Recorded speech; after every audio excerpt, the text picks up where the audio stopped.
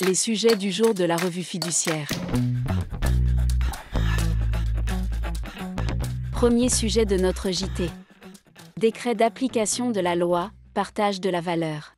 Les deux décrets d'application de la loi, partage de la valeur, du 29 novembre 2023 ont été publiés au Journal officiel. Ils prévoient notamment les règles d'affectation de la prime de partage de la valeur, PPV, sur un plan d'épargne salariale ou retraite. Le mode de calcul du seuil d'effectif pour le droit au régime renforcé d'exonération de la PPV, ainsi que pour le partage de la valeur dans les entreprises d'au moins 11 salariés non tenus de mettre en place la participation et réalisant des bénéfices réguliers. Les modalités de mise en œuvre du plan de partage de la valorisation de l'entreprise. Le relèvement du montant maximum du versement unilatéral de l'employeur au plan d'épargne d'entreprise, PE, et au plan d'épargne retraite. L'augmentation du plafond des abondements de l'employeur au PE en cas de versement unilatéral de l'employeur en vue de l'acquisition d'actions de l'entreprise. La liste des labels, verts, dont peuvent bénéficier les fonds sur lesquels l'épargne peut être affectée. Les modalités de versement des avances sur l'intéressement ou la participation en cours d'exercice.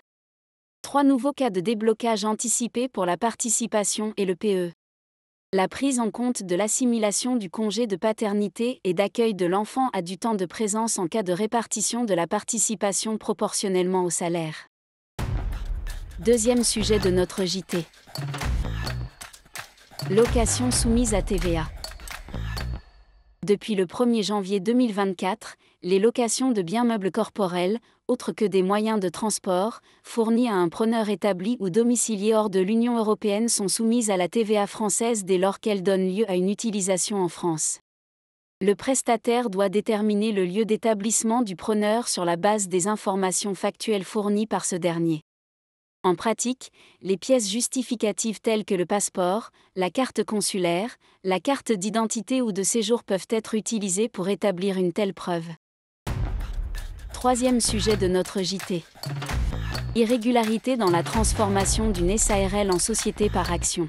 Lorsqu'une société, de quelque forme que ce soit, n'a pas de commissaire aux comptes et se transforme en société par action, un commissaire à la transformation doit être désigné. Il a pour mission d'établir un rapport sur la valeur des biens composant l'actif social et les avantages particuliers. Ce rapport doit être approuvé par les associés sous peine de nullité. Dans une récente affaire concernant la transformation d'une SARL en SA, la Cour de cassation admet qu'une résolution unique puisse décider la transformation de la société et approuver le rapport sur la valeur des biens sociaux. Pour autant, cette approbation doit être expresse. Or, le simple fait de mentionner, dans le procès-verbal de l'Assemblée, que « lecture a été préalablement donnée du rapport » est insuffisant, et ce, d'autant plus lorsqu'il n'est pas démontré que le rapport en cause porte bien sur la valeur des biens sociaux.